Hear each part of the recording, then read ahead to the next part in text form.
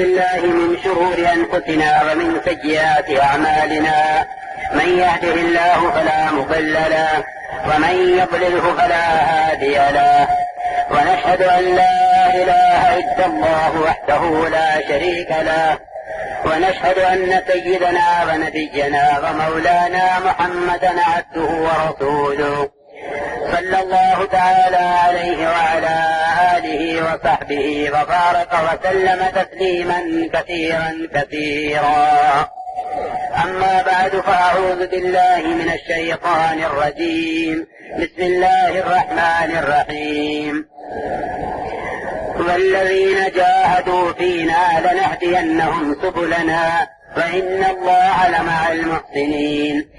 وقال الله سبحانه وتعالى: ومن أحسن قولا ممن دعا إلى الله وعمل صالحا وقال إنني من المسلمين.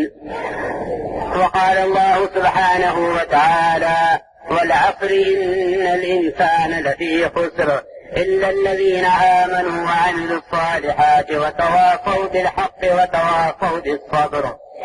وقال عليه الصلاة والسلام: المؤمنون هينون لينون كالجمل الآنف إن قيد انقاد وإن أنيق على صخرة استناقة.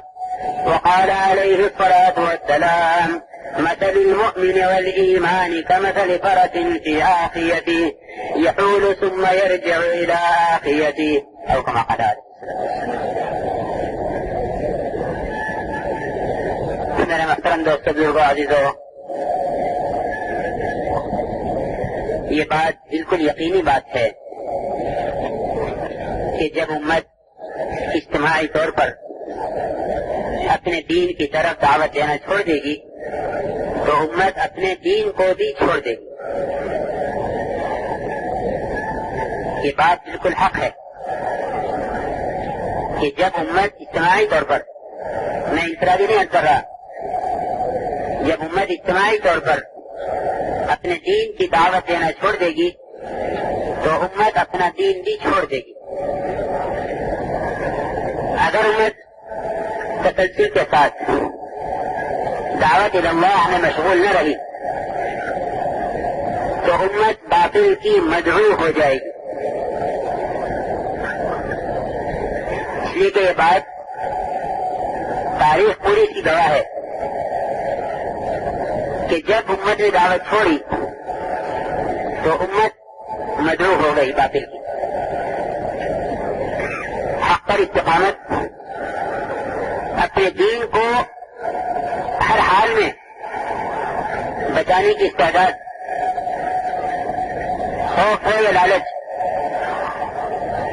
حالات سازگار ہوں یا ناسازگار، ہر حال میں اپنے دین کو باقی رکھنے اور جان و مال کی قربانی کی پرواہ کیے بغیر، جان و مال کے ہلاک ہونے کی پرواہ کیے بغیر اپنے دین پر استقامت امت میں اس وقت تک رہی جب تک امت اپنے دین کی دعوت پر قائم رہی. عبداللہ بن حذافہ رضی اللہ تعالیٰ عنہ روم میں اپنی جماعت کے ساتھ کام کر رہے تھے. روم کے بادشاہ نے ان کو قید کرایا اور نصرانیت کی دعوت دی. عبداللہ بن حذافہ رضی اللہ تعالیٰ عنہ نے فرمایا،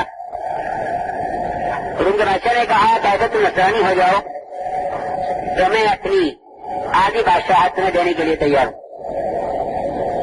عبداللہ بن حذافہ رضی اللہ عنہ نے فرمایا کہ تیری آدھی بادشاہت نہیں بلکہ تیری پوری بادشاہت اور عرب کی ساری بادشاہتیں مجھے ملیں، لیکن اس سب کے بدلے میں پلک جھپکنے کے بقدر محمد صلی اللہ علیہ وسلم کے دین کو چھوڑنے کے لیے میں تیار نہیں. میرے محترم دوستو بزرگوں عزیزوں، یہ استعداد امت میں اس وقت تک رہی جب تک ہر فرد امت اپنے دین کی دعوت پر تھا. مجھے یہ بات بالکل دلیل کے ساتھ اور وضاحت کے ساتھ عرض کرنی ہے کہ دعوت اللہ فرض کفایہ نہیں بلکہ فرض عین ہے. اس وقت تک امت کے مجموعے میں اجتماعی دین باقی رہے گا جب تک اس امت دعوت اللہ کو فرض عین سمجھ کر چلتی رہے گی. جب یہ محنت فرض کفایہ ہو جائے گی، جب یہ محنت فرض کفایہ سمجھی جائے گی،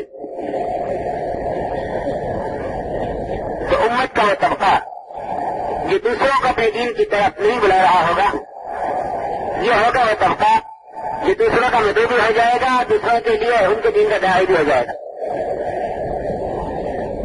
بہت یقین کے ساتھ اور بصیرت کے ساتھ اس بات کو اندر اتارنا ہے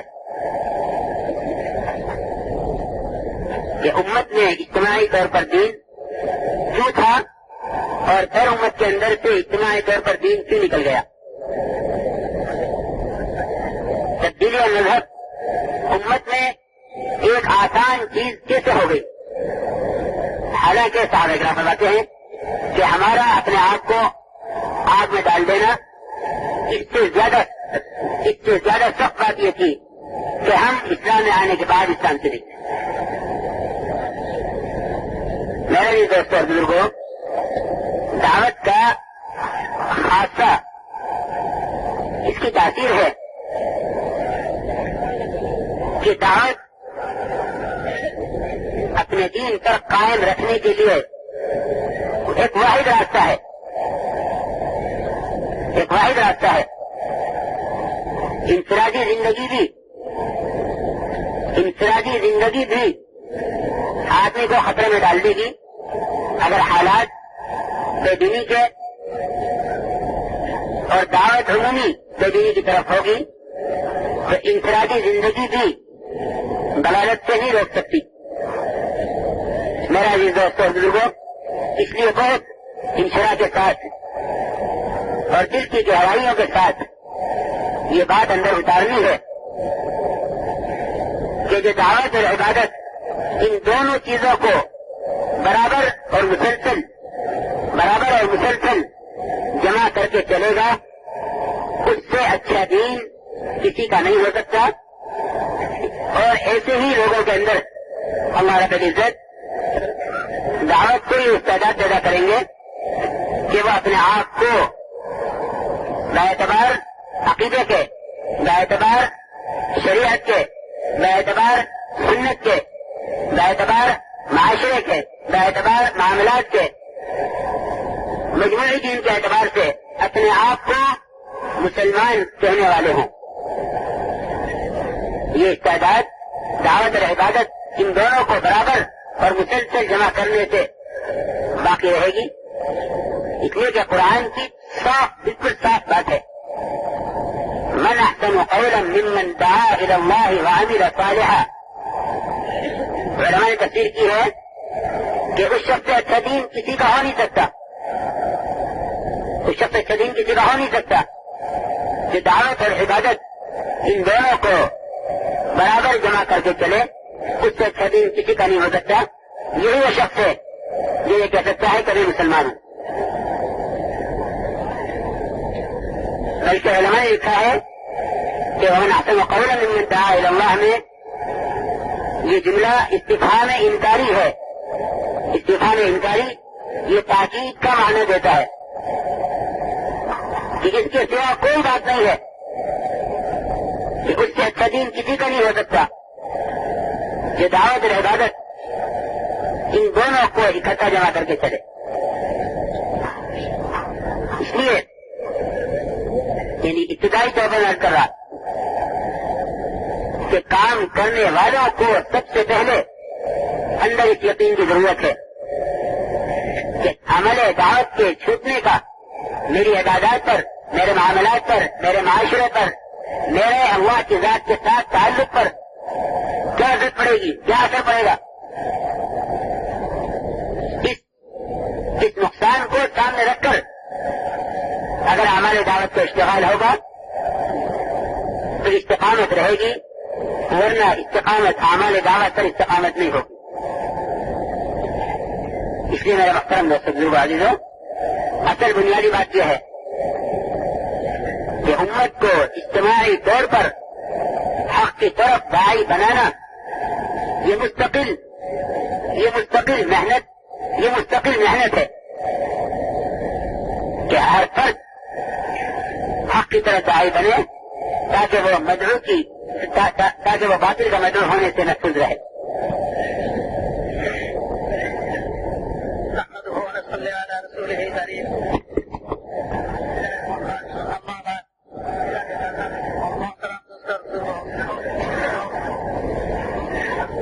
প্রথমে আল্লাহ তাআলার হামদে খানা পরে হুজুর সাল্লাল্লাহু আলাইহি ওয়াসাল্লামের উপরে দরুদ শরীফ পাঠ করেন। এরপরে কোরআনে কারীমের কয়েক জায়গা থেকে কয়েকখানা আয়াত তিলাওয়াত করেন এবং হুজুর সাল্লাল্লাহু আলাইহি ওয়াসাল্লামের হাদিস মুবারাকা থেকে যেখানে হাদিসও তিলাওয়াত করেন।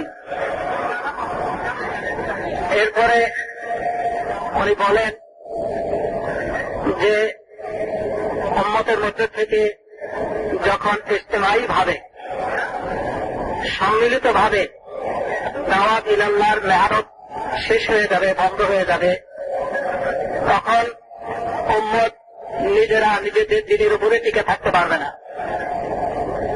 উম্মতের মধ্যে থেকে যখন সম্মিলিত ভাবে ইজতিমাই ভাবে দাওয়াত ইলাল্লাহর মেহনত বন্ধ হয়ে যাবে, তখন উম্মত নিজেরা নিজেদের দিনের উপরে টিকে থাকতে পারবে না। বলেন যে আমি ইজতিমাই ভাবে বলতেছি, সম্মিলিত ভাবে দুই একজন করতেছে না এইটা আমি বলতেছি না। সম্মিলিত ভাবে যখন নাকি বন্ধ হয়ে যাবে, তখন উম্মত নিজেরা নিজেদের দিনের উপরে টিকে থাকতে পারবে না, নিজের দিনকে তারা মাথায় রাখতে পারবে না। এরপরে বলেন যদি উম্মত ধারাবাহিকভাবে দাওয়াতের মেহনতকে চালু না রাখে, মুসালসলের সাথে দাওয়াতের মেহনতকে চালু না রাখে, দাওয়াত ইলাল্লাহর মেহনতকে চালু না রাখে, তখন উম্মত গায়েরের মধুও হয়ে যাবে। দ্বীনের বাইরে যারা, ইসলামের বাইরে যারা আছে তাদের দাওয়াতের শিকার হয়ে যাবে। তাদের ফান্দে তারা পা দেবে, নিজেদের দিনের উপরে তারা থাকতে পারবে না। বলেন যে এই জন্যে এই কথাটা একেবারে সত্য, একেবারে সন্দেহমুক্ত কথা যে হকের উপরে থাকার ইস্তেদাদ আল্লাহ তাআলা ওই লোকটাকে, ওই তত্ত্বকে আল্লাহ তাআলা দান করেন যারা নাকি দাওয়াত ইলাল্লাহর মেহনতকে চালু রাখে। আল্লাহ তাআলা তাদের মধ্যে হকের উপরে ইস্তেকামত নসিব করেন। যদি ধারাবাহিকভাবে দাওয়াতের মেহনত চালু না থাকে, তাহলে উম্মত গায়ের দাওয়াতের শিকার হয়ে যাবে, বরং তাদের পক্ষ থেকে সে দাওয়াত দেওয়া শুরু করে দেবে। বলেন যেটা স্পষ্ট কথা, এই কথাটার মধ্যে কোন সন্দেহের অবকাশ নাই। কারণ যখনই মানুষ দাওয়াতের মেহনতকে ছেড়ে দিবে, তখন তার নিজের দিনকে সে বাঁচাইতে পারবে না। যখন তার নিজের দিন বাঁচবে না, নিজের ভিতরে দিন থাকবে না, তখন সে আরেকজনের দাওয়াতের শিকার হয়ে যাবে। এটাই স্বাভাবিক কথা। হযরত আব্দুল্লাহ বিন হুযাফা রাদিয়াল্লাহু তাআলা আনহু একজন সাহাবী ছিলেন। উনি রোম বাদশার বিপক্ষে লড়াই করতেছিলেন। রোম বাদশা তাকে বিভিন্ন ভাবে চেষ্টা করে ওনাকে কয়েদ করাইল, বন্দী করাইল। উনি যখন কয়েদ হয়ে গেলেন, যখন বন্দী হয়ে গেলেন, তখন রোমের বাদশার পক্ষ থেকে তাকে লোভ দেওয়া হইল, তাকে লালসা দেওয়া হইল।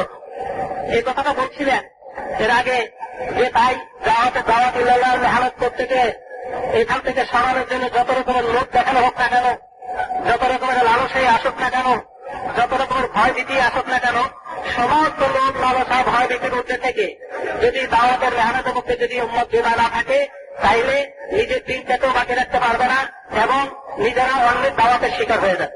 হযরত আব্দুল্লাহ বিন হুযাফা রাদিয়াল্লাহু তাআলা আনহু এরকম লোভ দেখানো হইল যে তুমি যদি দ্বীন ইসলামকে ছেড়ে দাও, তাইলে এই রোম সাম্রাজ্যের অর্ধেকের মালিকানা তোমাকে দিয়ে দেওয়া হবে, অর্ধেক রোমের মালিকানা, অর্ধেক রোমের বাদশা তোমাকে বানায় দেওয়া হবে।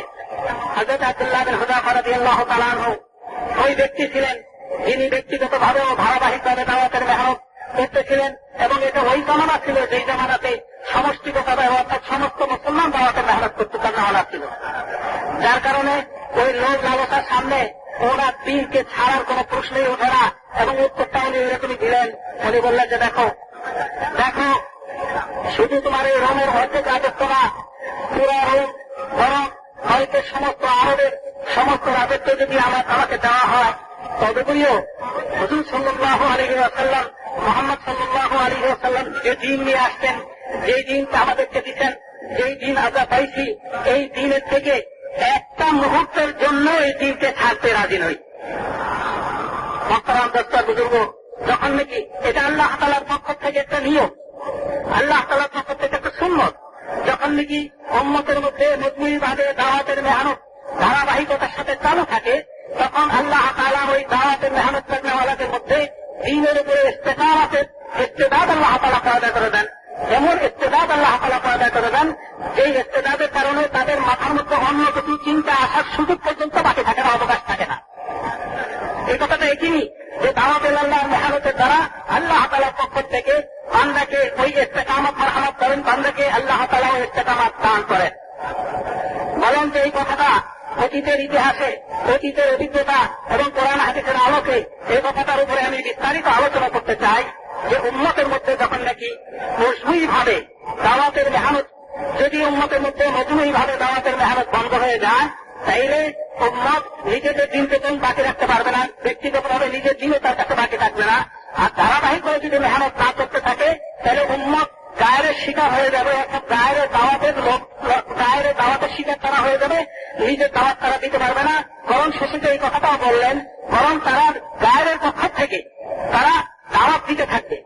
বলেন যে এটা কোরআন আর হাদিসের মধ্যে এই কথাটা, কোরআনের মধ্যে এই কথাটা স্পষ্ট বোঝা যায়।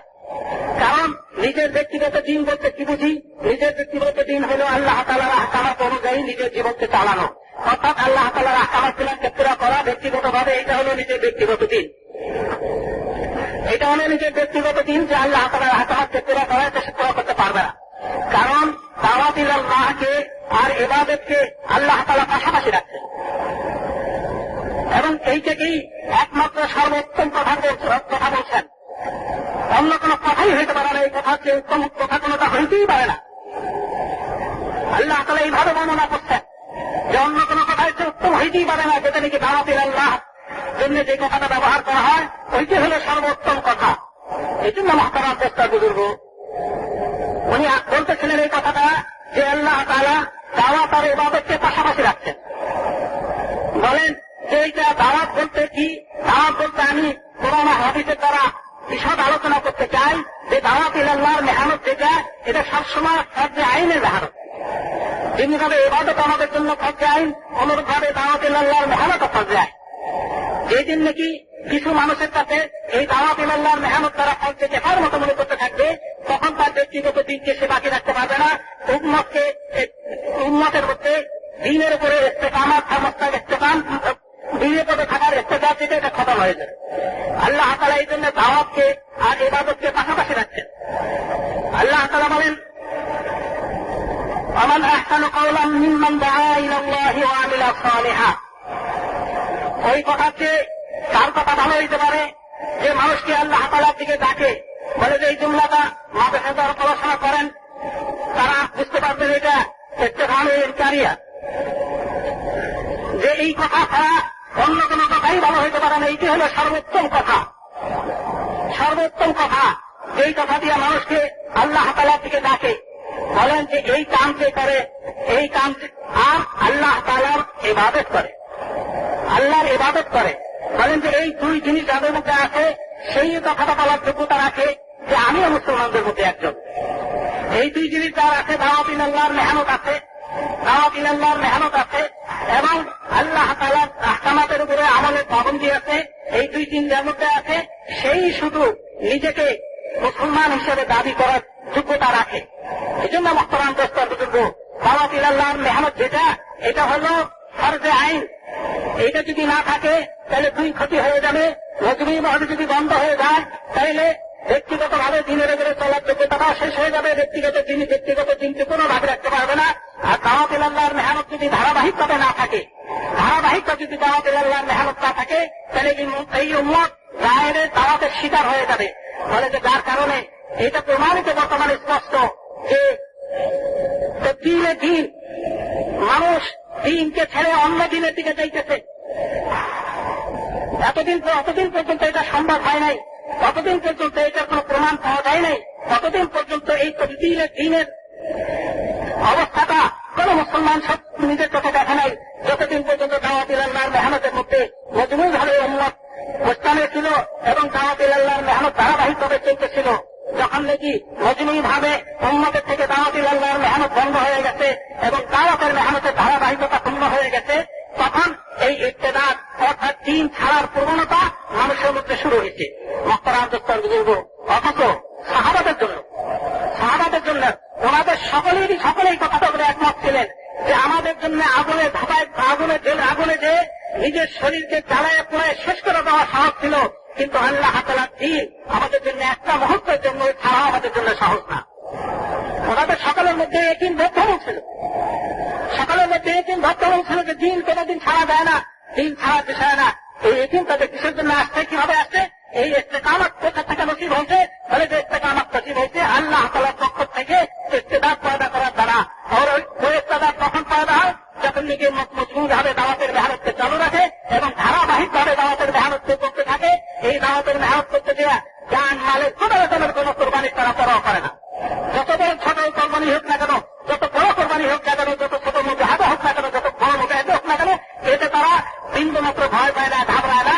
সমস্ত কোরবানির মুজাহাদার সাথে তারা চলতে থাকে। যখন নিজে এরকম হবে তখনই হবে প্রকৃতপক্ষে দাওয়াত ইলাল্লাহর মেহনতকে চালু রাখা। যদি দাওয়াত ইলাল্লাহর মেহনত চালু থাকে তা আল্লাহ তাআলার পক্ষ থেকে ওই রকমের ইয়াকিন আর ওই রকমের ইস্তেদাদ নসিব হবে, যে রকমের ইয়াকিন আর ইস্তেদাদ সাহাবা ইকরাম রাদিয়াল্লাহু তাআলা আনহুর মধ্যে ছিল।